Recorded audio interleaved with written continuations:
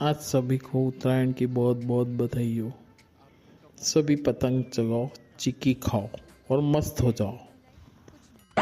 हाँ भाई, उत्तरायण पे घर आ रहा है ना पतंग चगाने, आ जाना यार। लेकिन गले में वाइट टॉवेल डाल के आना।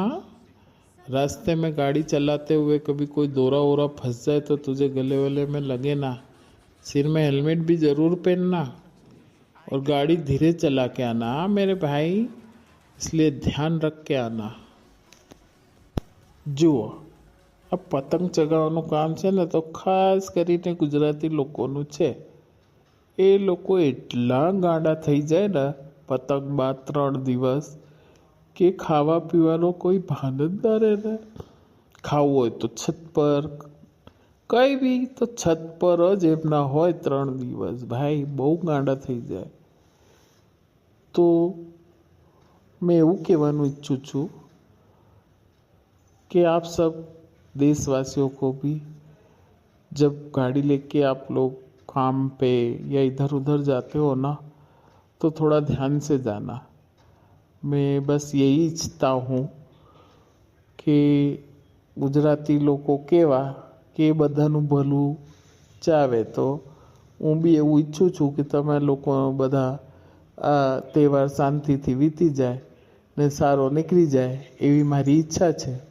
તો તમે લોકો ગાડી પર જ્યારે બી બહાર નીકળો કામને લઈને ત્યારે તમે લોકો ગળામાં છે ને एक सफ़ेद टॉवेल डाल के ज़रूर निकलिए और गाड़ी ध्यान से चलाइएगा। इतनी मेरी रिक्वेस्ट है आप लोगों सभी से, देशवासियों से। તમને લોકોને મેં રૂમાલ નાખવાનું કેમ કહું છું ખબર છે તમને લોકોને? કે ભાઈ લોકો પતંગ ચગાવે છે એમાં દોરી હોય છે, તો દોરીથી આપણે બાઇક ચલાવતો એકદમથી સામે પતંગ કંઈ આવી જાય, કોઈ ખેંચી લે, ગળામાં ફસાઈ જાય, વાગી જાય, નાક કપાઈ જાય। એટલા માટે કહું છું कि सावधानी गाड़ी चलाओ।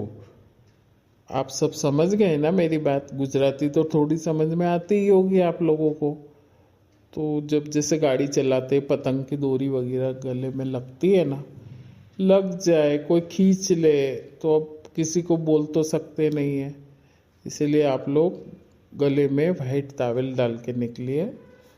और અમે ગુજરાતીઓ તો કેવા બહુ ગાંડા, પતંગ ચગાવીએ ને તો 3 દિવસ ભાને ભૂલી જઈએ। અમારે ખુશીનો મતલબ જ પતંગ ચગાવવાનો હોય। 3 દિવસ કેવી રીતે